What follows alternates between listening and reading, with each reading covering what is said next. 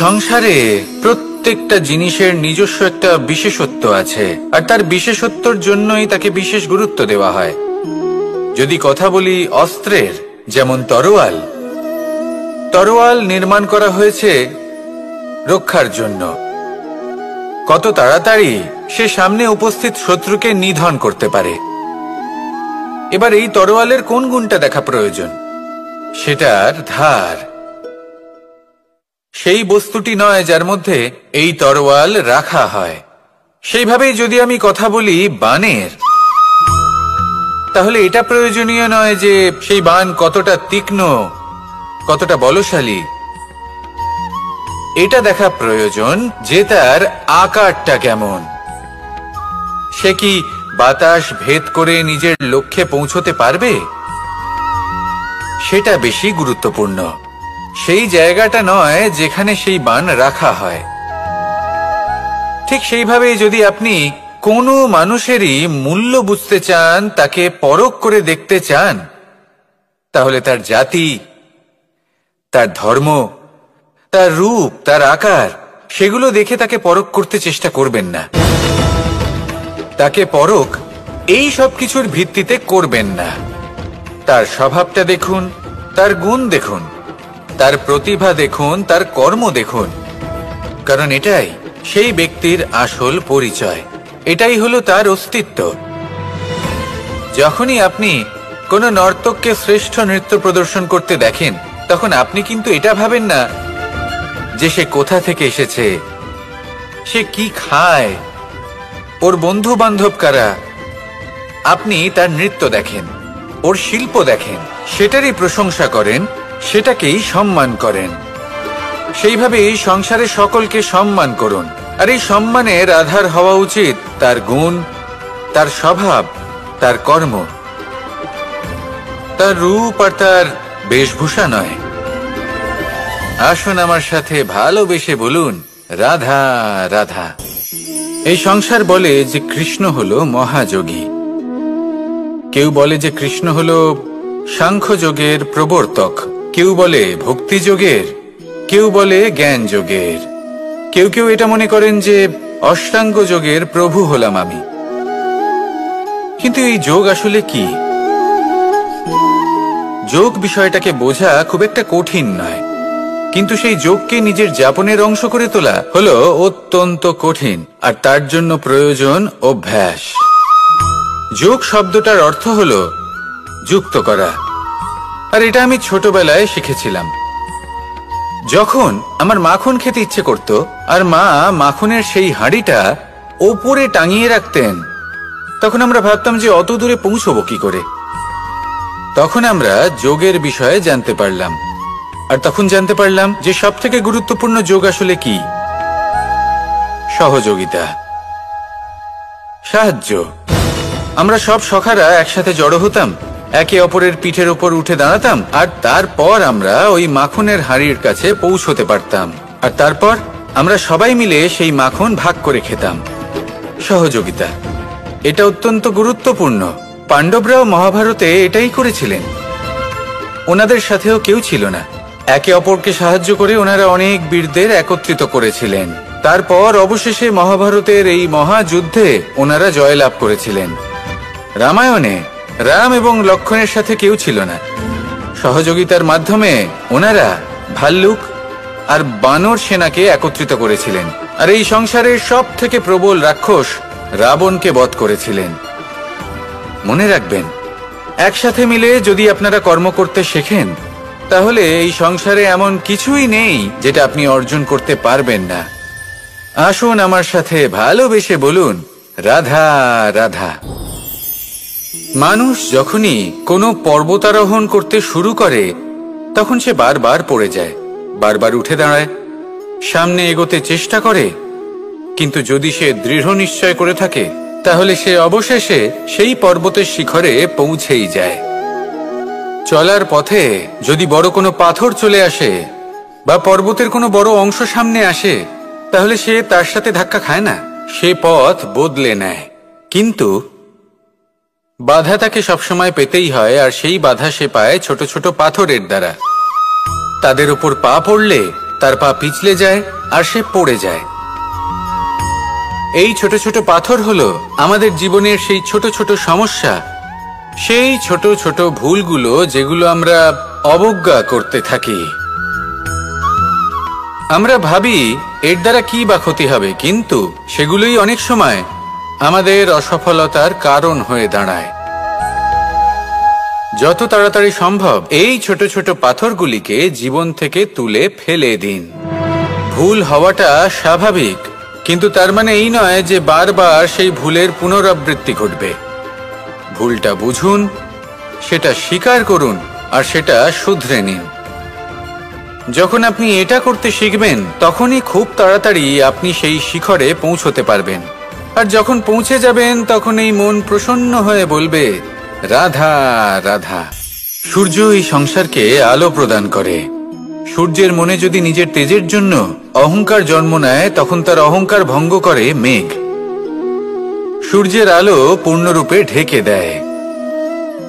মেঘের মনে যদি নিজের গতি নিয়ে অহংবোধ জন্ম নেয় তাহলে মেঘের অহংকার ভঙ্গ করে পর্বত, মেঘের গতি অবরুদ্ধ করে দেয়।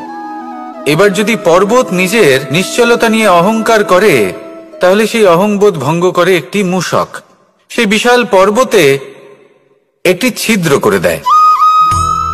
এবার যদি মূষকের নিজের মনে অহংবোধ জন্ম নেয় তাহলে জল তার অভিমান ভঙ্গ করে, সেই ছিদ্র দিয়ে প্রবেশ করে। আর যদি জলের মনে অহংবোধ জন্ম নেয় তখন মানুষ বাঁধ নির্মাণ করে তার গতিপথ রুদ্ধ করে, জলের অহংকার ভঙ্গ করে। আর যদি মানুষের মনে অহংকার জন্ম নেয় তখন সূর্য নিজের তাপ দ্বারা মানুষের অহংকার ভঙ্গ করে। এই সংসারে অহংকার প্রদর্শন করার কোনো প্রয়োজন নেই। আমাদের সবার মধ্যেই কিছু বিশেষ গুণ আছে, আর সবার মধ্যে কোনো না কোনো দোষও আছে। এই প্রকৃতি আমাদের কি শিক্ষা দেয়? কেউ একে অপরের সাথে লড়াই করে না, একে অপরের জন্য বাধা সৃষ্টি করে না, শুধু নিজের কর্ম করে।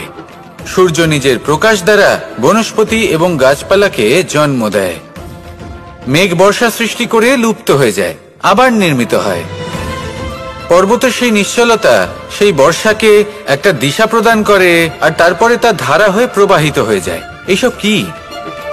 এইসব একটা সম্পর্ক, একটা চক্রের মতো। সবাই একসাথে নিজের কর্ম করে, তাই এই চক্র আবর্তিত হয়।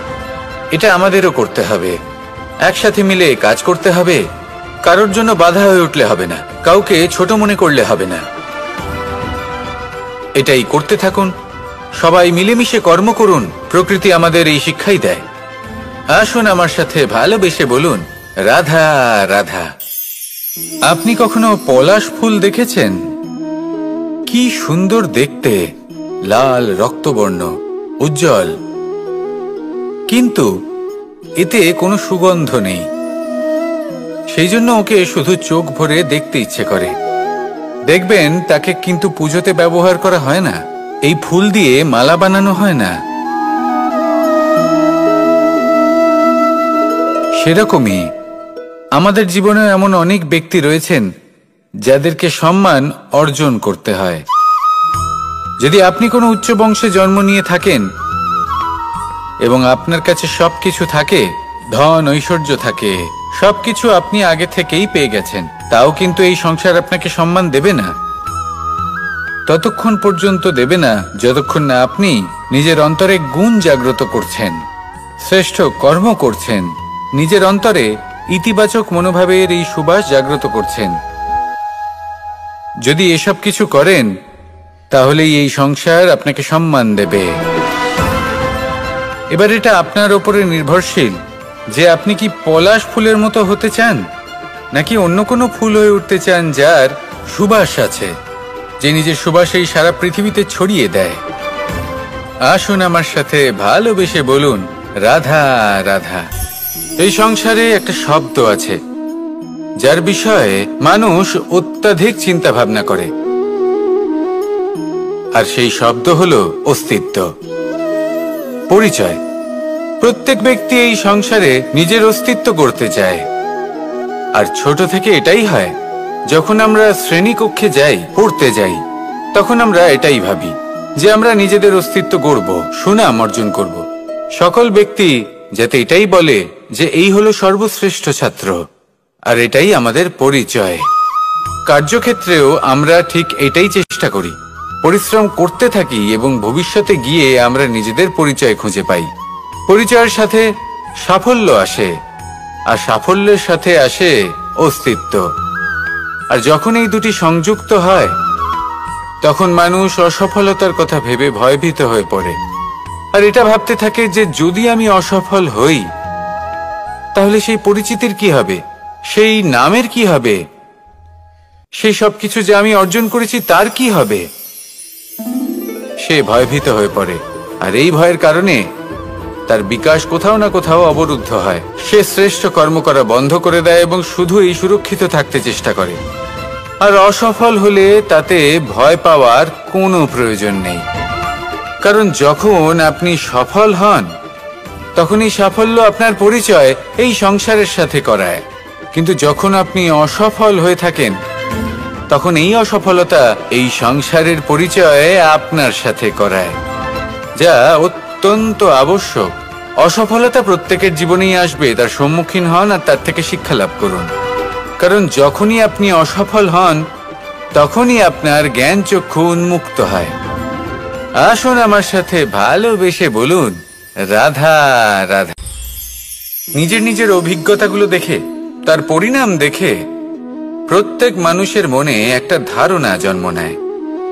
প্রজন্মের পর প্রজন্ম যখন অগ্রসর হতে থাকে, এই ধারণাগুলোই কারণ হয়ে ওঠে যা মানুষের জীবনে তার শুভর, অশুভর, লাভের, ক্ষতির এই সবকিছুর আধার হয়ে ওঠে।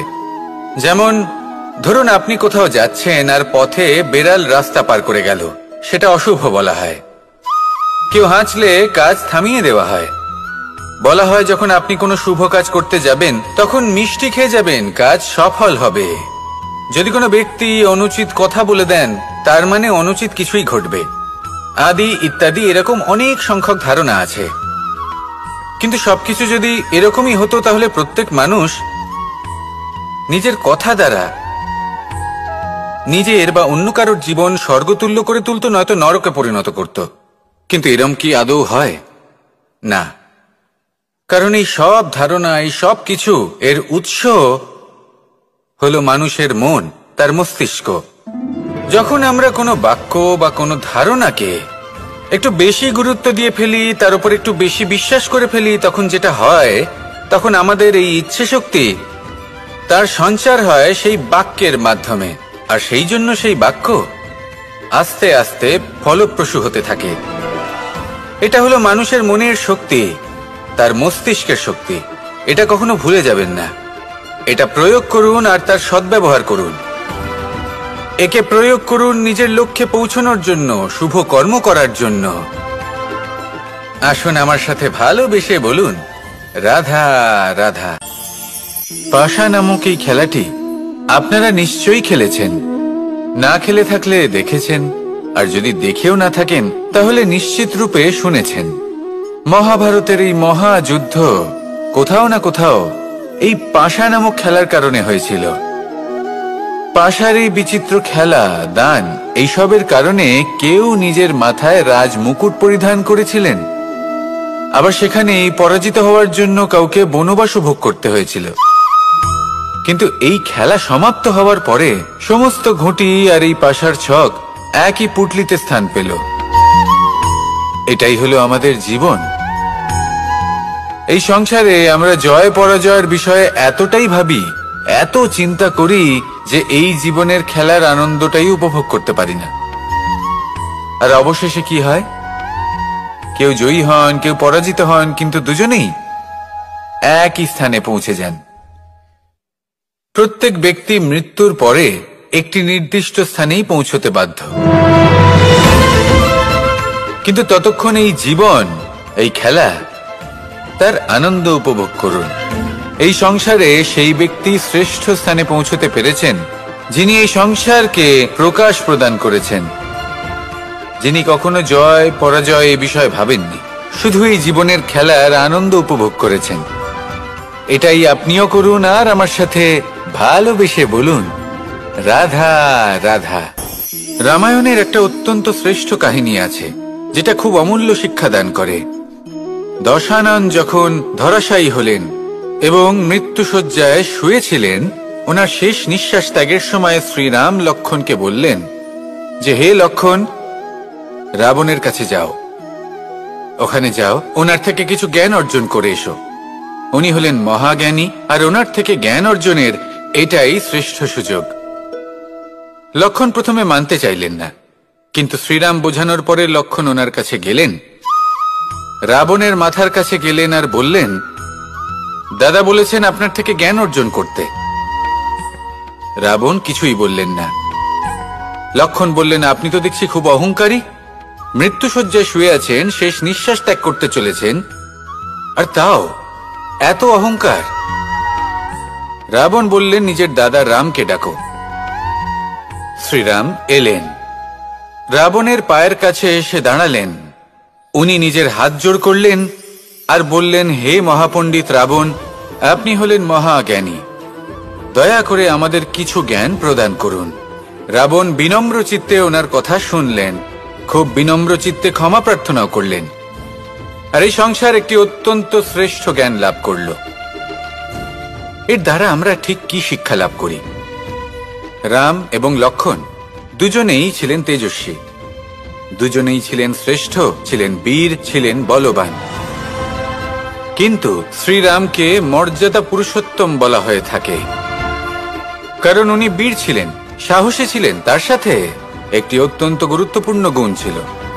সেই গুণ হলো বিনম্রতা। এটা খুবই শ্রেষ্ঠ একটা গুণ। যদি কেউ আপনাকে কটু কথা শোনায়, তাহলে উত্তরটা আপনি বিনম্রভাবেও দিতে পারেন। এই বিনম্রতা এমন এক আবেগ যেটা দেখে মনে হবে কোমল, কিন্তু এটা ততটাই প্রবল অস্ত্র। এমন একটা অস্ত্র যা সকলকে নিরস্ত্র করে দিতে পারে। যদি আপনি সাহসী হন এবং বিনম্র হন, তাহলে আপনি বিজয়ী হবেন। যদি আপনি জ্ঞানী হন এবং বিনম্র হন, তাহলে আপনি অবশ্যই মহাজ্ঞানী হয়ে উঠবেন। তাই নিজের মনে বিনম্রতা ধরে রাখুন আর ভালোবেসে বলুন, রাধা রাধা। কখনো আমরা কোনো হাটে যাই, কোনো বিশেষ বস্তু কেনার থাকে, ওখানে যাই, গিয়ে অন্য কারোর কথা শুনে অন্য কোনো বস্তু কিনে নিয়ে আসি, অদরকারি জিনিস কিনে ফেলি। তারপর ভাবি যে আমরা এরকম কেন করলাম, এটা আমরা ভুল করলাম, আমার এটা করা উচিত হয়নি, আদি ইত্যাদি। মানুষ যখন জীবনে এমনই সিদ্ধান্ত নিয়ে বসে, এমন নির্বাচন করে, তখন সেই সিদ্ধান্ত নিশ্চিত রূপে তার ভবিষ্যতের জন্য অত্যন্ত গুরুত্বপূর্ণ হয়। কিন্তু যদি আপনি কোনো অনুচিত চয়ন করে ফেলেন, তাহলে মন খারাপ করবেন না, সেই গ্লানিবোধ নিয়ে কষ্ট পাবেন না, সামনে অগ্রসর হতে থাকুন। কারণ এই অনুচিত নির্বাচন আপনাকে উচিতভাবে জীবনযাপনের পথ দেখাতে পারে। এবার যদি আমি আপনাকে বলি যে আপনি আগুনে হাত দিন, সেটা কি আপনি করবেন? করবেন না। কেন? কারণ জীবনে কোনো না কোনো দিন আপনি একটা ভুল নির্বাচন করে আগুনে হাত দিয়েছিলেন, তারপরে আপনি শিক্ষা পেয়েছিলেন যে আমি জীবনে আর কোনোদিন আগুনে আর কিছুতেই হাত দেব না। এই জীবনও ঠিক সেরকমই। জীবনের সেই সব অধ্যায়, সেই সব সময় যা ব্যর্থ হয়েছে, সেটা নিয়ে ভেবে সময় নষ্ট করবেন না। সেটা থেকে যে শিক্ষা পেয়েছেন সেটা মনে রাখুন, আর যে অধ্যায় বাকি রয়েছে, যে সময় বাকি রয়েছে, তাতে কিভাবে সফল হওয়া সম্ভব সেই বিষয়ে ভাবুন। আর আমার সাথে ভালোবেসে বলুন, রাধা রাধা। এই সংসারে প্রত্যেকটা জিনিসের নিজস্ব একটা বিশেষত্ব আছে, আর তার বিশেষত্বর জন্যই তাকে বিশেষ গুরুত্ব দেওয়া হয়। যদি কথা বলি অস্ত্রের, যেমন তরোয়াল, তরোয়াল নির্মাণ করা হয়েছে রক্ষার জন্য। কত তাড়াতাড়ি সে সামনে উপস্থিত শত্রুকে নিধন করতে পারে। এবার এই তরোয়ালের কোন গুণটা দেখা প্রয়োজন?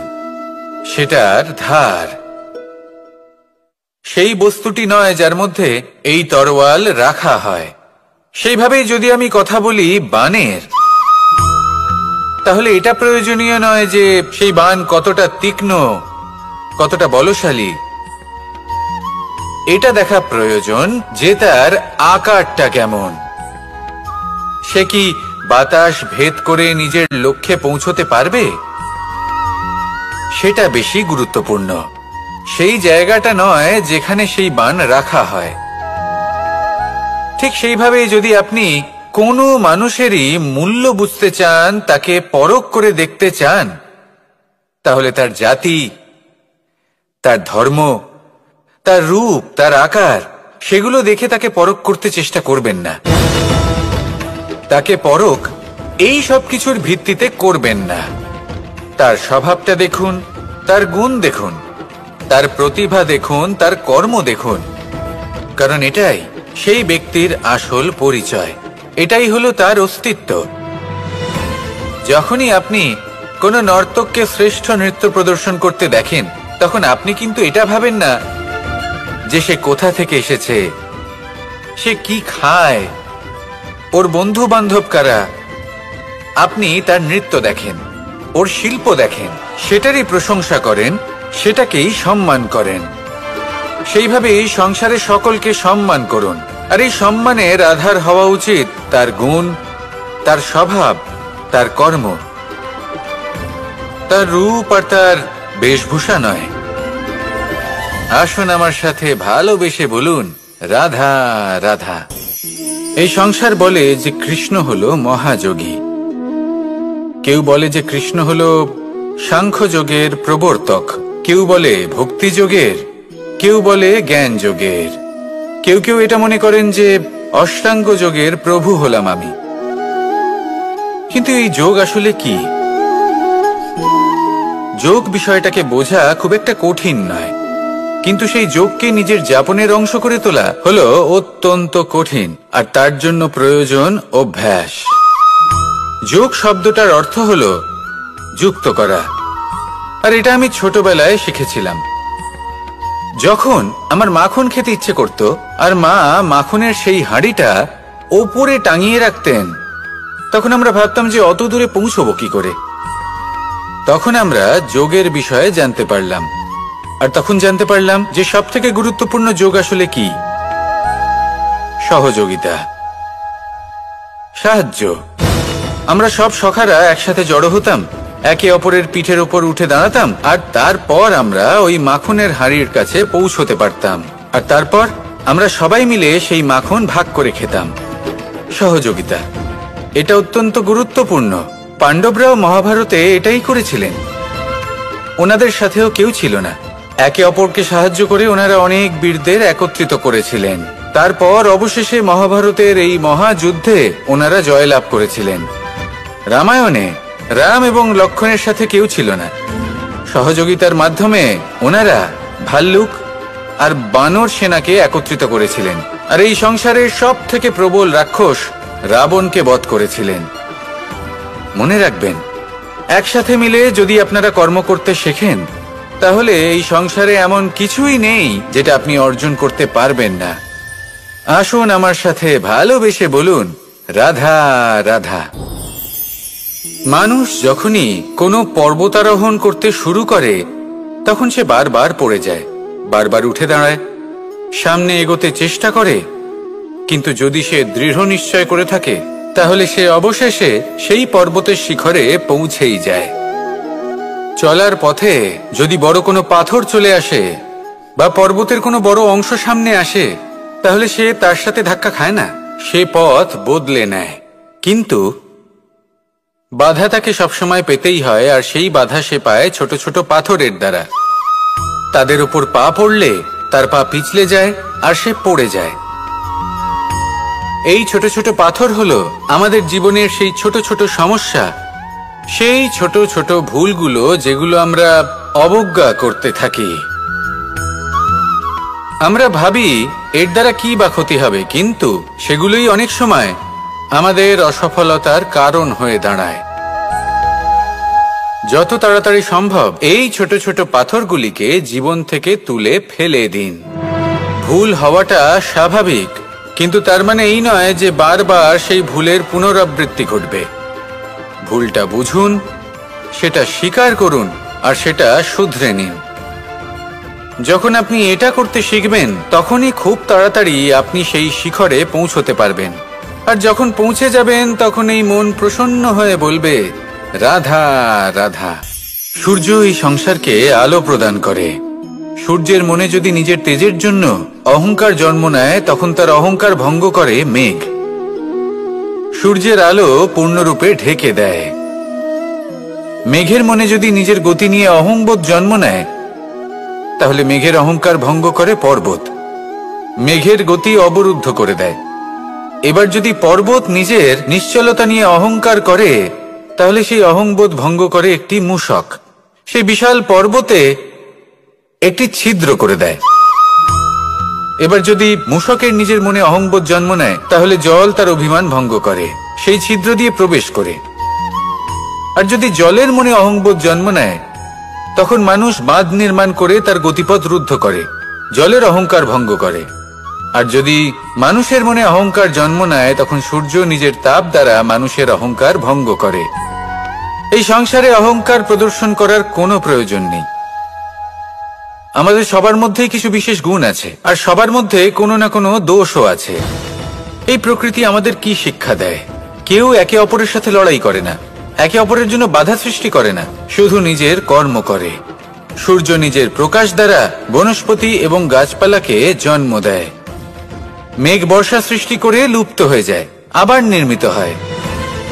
পর্বতের সেই নিশ্চলতা সেই বর্ষাকে একটা দিশা প্রদান করে, আর তারপরে তা ধারা হয়ে প্রবাহিত হয়ে যায়। এইসব কি? এইসব একটা সম্পর্ক, একটা চক্রের মতো। সবাই একসাথে নিজের কর্ম করে, তাই এই চক্র আবর্তিত হয়। এটা আমাদেরও করতে হবে।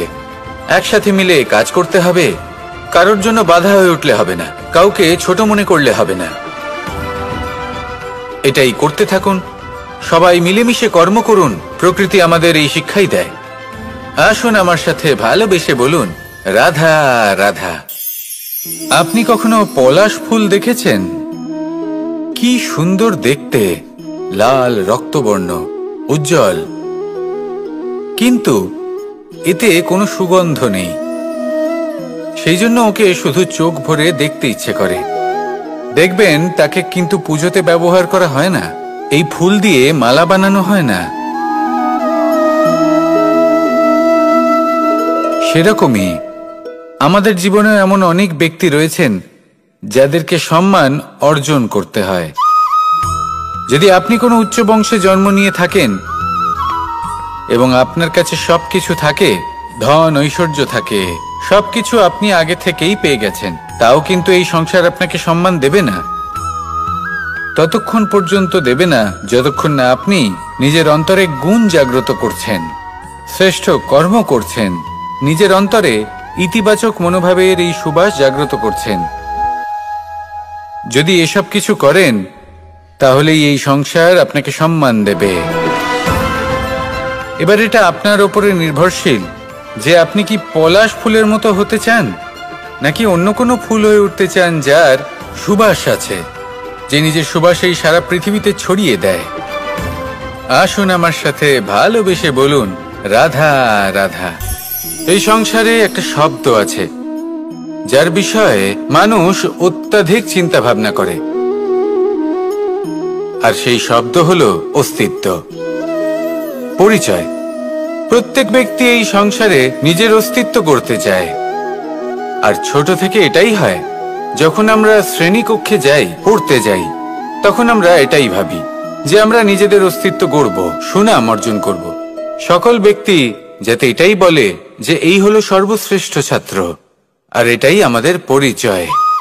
কার্যক্ষেত্রেও আমরা ঠিক এটাই চেষ্টা করি, পরিশ্রম করতে থাকি এবং ভবিষ্যতে গিয়ে আমরা নিজেদের পরিচয় খুঁজে পাই।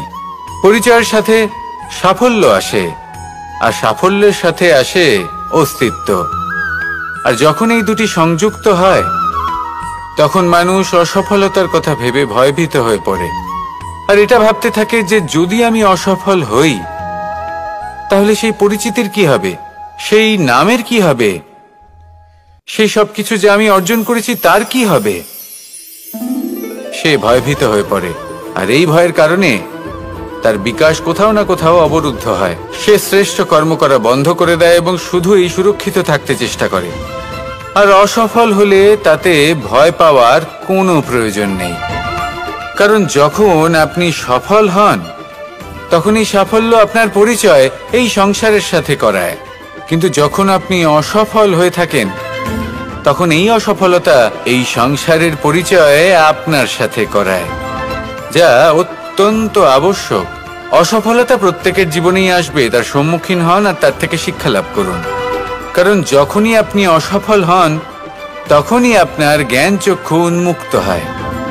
আসুন আমার সাথে ভালোবেসে বলুন, রাধা রাধা। নিজের নিজের অভিজ্ঞতাগুলো দেখে, তার পরিণাম দেখে প্রত্যেক মানুষের মনে একটা ধারণা জন্ম নেয়। প্রজন্মের পর প্রজন্ম যখন অগ্রসর হতে থাকে, এই ধারণাগুলোই কারণ হয়ে ওঠে যা মানুষের জীবনে তার শুভর, অশুভর, লাভের, ক্ষতির এই সবকিছুর আধার হয়ে ওঠে। যেমন ধরুন, আপনি কোথাও যাচ্ছেন আর পথে বেড়াল রাস্তা পার করে গেল, সেটা অশুভ বলা হয়। কেউ হাঁচলে কাজ থামিয়ে দেওয়া হয়। বলা হয় যখন আপনি কোনো শুভ কাজ করতে যাবেন, তখন মিষ্টি খেয়ে যাবেন, কাজ সফল হবে। যদি কোনো ব্যক্তি অনুচিত কথা বলে দেন, তার মানে অনুচিত কিছুই ঘটবে, আদি ইত্যাদি। এরকম অনেক সংখ্যক ধারণা আছে। কিন্তু সবকিছু যদি এরকমই হতো, তাহলে প্রত্যেক মানুষ নিজের কথা দ্বারা নিজের বা অন্য কারোর জীবন স্বর্গতুল্য করে তুলতো, নয়তো নরকে পরিণত করত। কিন্তু এরম কি আদৌ হয়? না। কারণ এই সব ধারণা, এই সব কিছু এর উৎস হলো মানুষের মন, তার মস্তিষ্ক। যখন আমরা কোনো বাক্য বা কোনো ধারণাকে একটু বেশি গুরুত্ব দিয়ে ফেলি, তার উপর একটু বেশি বিশ্বাস করে ফেলি, তখন যেটা হয়, তখন আমাদের এই ইচ্ছে শক্তি তার সঞ্চার হয় সেই বাক্যের মাধ্যমে। আর সেই জন্য সেই বাক্য আস্তে আস্তে ফলপ্রসূ হতে থাকে। এটা হলো মানুষের মনের শক্তি, তার মস্তিষ্কের শক্তি। এটা কখনো ভুলে যাবেন না। এটা প্রয়োগ করুন আর তার সদ্ব্যবহার করুন। একে প্রয়োগ করুন নিজের লক্ষ্যে পৌঁছানোর জন্য, শুভ কর্ম করার জন্য। আসুন আমার সাথে ভালোবেসে বলুন, রাধা রাধা। পাশা নামক এই খেলাটি আপনারা নিশ্চয়ই খেলেছেন। না খেলে থাকলে দেখেছেন, আর যদি দেখেও না থাকেন তাহলে নিশ্চিত রূপে শুনেছেন। মহাভারতের এই মহাযুদ্ধ কোথাও না কোথাও এই পাশা নামক খেলার কারণে হয়েছিল। পাশার এই বিচিত্র খেলা, দান, এইসবের কারণে কেউ নিজের মাথায় রাজ মুকুট পরিধান করেছিলেন, আবার সেখানে পরাজিত হওয়ার জন্য কাউকে বনবাসও ভোগ করতে হয়েছিল। কিন্তু এই খেলা সমাপ্ত হওয়ার পরে সমস্ত ঘুঁটি আর এই পাশার ছক একই পুটলিতে স্থান পেল। এটাই হলো আমাদের জীবন। এই সংসারে আমরা জয় পরাজয়ের বিষয়ে এতটাই ভাবি, এত চিন্তা করি যে এই জীবনের খেলার আনন্দটাই উপভোগ করতে পারি না। আর অবশেষে কি হয়? কেউ জয়ী হন, কেউ পরাজিত হন, কিন্তু দুজনেই একই স্থানে পৌঁছে যান। প্রত্যেক ব্যক্তি মৃত্যুর পরে একটি নির্দিষ্ট স্থানেই পৌঁছতে বাধ্য। কিন্তু ততক্ষণ এই জীবন, এই খেলা, তার আনন্দ উপভোগ করুন। এই সংসারে সেই ব্যক্তি শ্রেষ্ঠ স্থানে পৌঁছতে পেরেছেন যিনি এই সংসারকে প্রকাশ প্রদান করেছেন, যিনি কখনো জয় পরাজয় এ বিষয়ে ভাবেননি, শুধু এই জীবনের খেলার আনন্দ উপভোগ করেছেন। এটাই আপনিও করুন আর আমার সাথে ভালোবেসে বলুন, রাধা রাধা। রামায়ণের একটা অত্যন্ত শ্রেষ্ঠ কাহিনী আছে যেটা খুব অমূল্য শিক্ষা দান করে। দশানন যখন ধরাশায়ী হলেন এবং মৃত্যুশয্যায় শুয়েছিলেন, ওনার শেষ নিঃশ্বাস ত্যাগের সময় শ্রীরাম লক্ষ্মণকে বললেন যে, হে লক্ষ্মণ, রাবণের কাছে যাও, ওখানে যাও, ওনার থেকে কিছু জ্ঞান অর্জন করে এসো। উনি হলেন মহাজ্ঞানী, আর ওনার থেকে জ্ঞান অর্জনের এটাই শ্রেষ্ঠ সুযোগ।